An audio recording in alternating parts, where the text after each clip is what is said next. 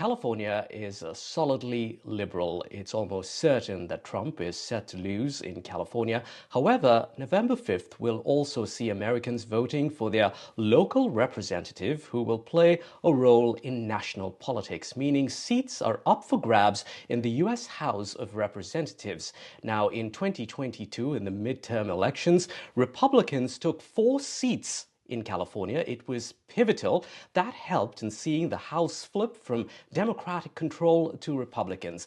Now, one Indian American wants to make sure that the House firmly stays in Republican control. Vinay Kruttiventi is a Republican congressional candidate from California. He is hoping to win in a district that encompasses portions of Alameda County, which is part of the greater San Francisco Bay Area. Vinay was born in Hyderabad and earned a bachelor's degree from Osmania University in 1996. Thanks, Vinay, for your time here this morning on US Election Watch. Vinay, you have a real uphill battle when it comes to winning a heavily Democratic base in your district. Why did you decide to take on this fight? Allister, thank you, first of all, for having me on your show. I'm a first-generation immigrant, and I came here looking for the American dream. Like a lot of people, I found it, but I feel slowly it's slipping away. And like a lot of people, I was tired of being tired. We came here searching for the American dream to have a good life for ourselves, our families. To put it in the context of India, if India is the Janma Bhoomi, this is the Karma Bhoomi for us. And this is home. And home is always worth fighting for. Okay. When you see that, when you expect the law to work a certain way, and when it's not working, it's our duty to go back and then do the right thing. That's why I'm running for Congress. All right.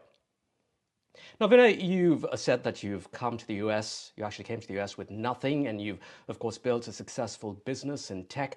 How is Trump really good for business? Because he's talking about slapping tariffs of 20% on goods from other countries. It gets worse, 60% on all imports from China.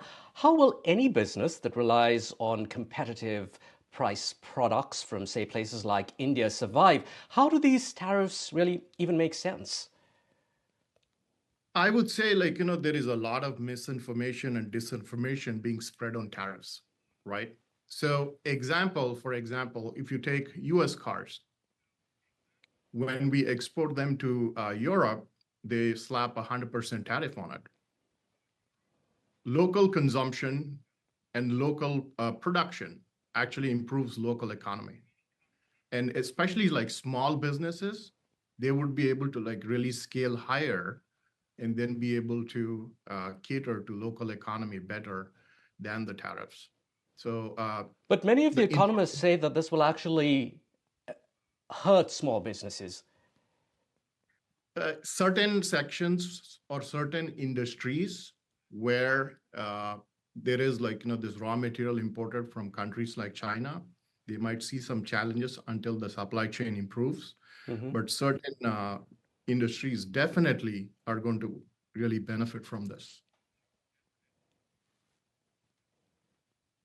Okay, you say you have been inspired by your grandfather, a former freedom fighter who worked besides Mahatma Gandhi.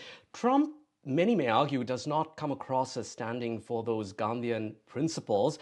You also say you have an instinct to uncover the truth. Now, how do you reconcile these things when you hear from your leader, Donald Trump? We hear the lies, the falsehoods, falsehoods such as immigrants eating pets in Springfield, or claims that migrants are murderers. So how do you really reconcile those things when you are representing him and that party?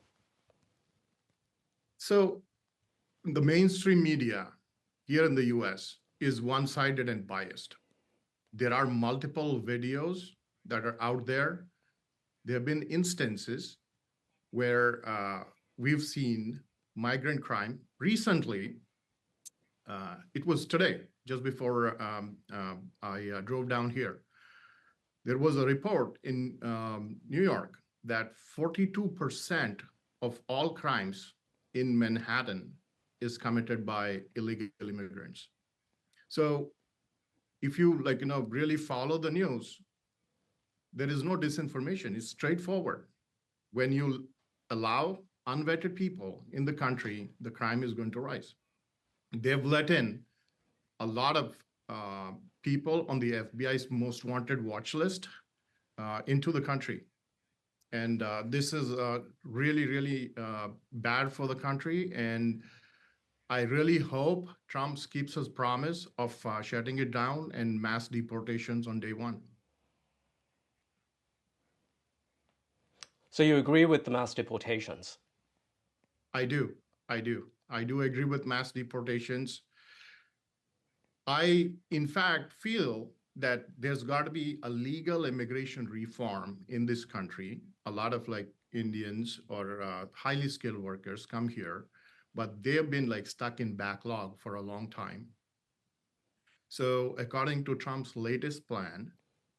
Yes, and just before I let you go, I want to talk about that legal immigration process or legal right to work here in the US. Reports say that ordinary workers in Silicon Valley, for example, many of them are Indians. They come here on H1B visas. As you know, there's a long wait time. Many of them can't stay if they're fired or have to go back to their home country. Spouses can't work. If you are in office in US Congress, what are the changes that you'd like to see on this front?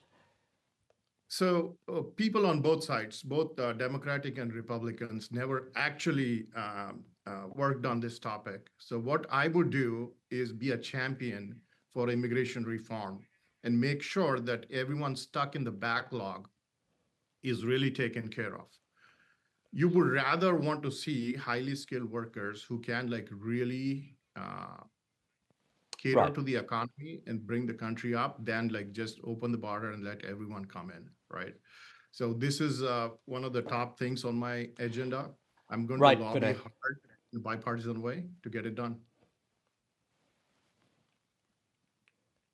Okay. Vinay, thanks very much for joining us here on US Election Watch. Vinay there, a Republican candidate from California.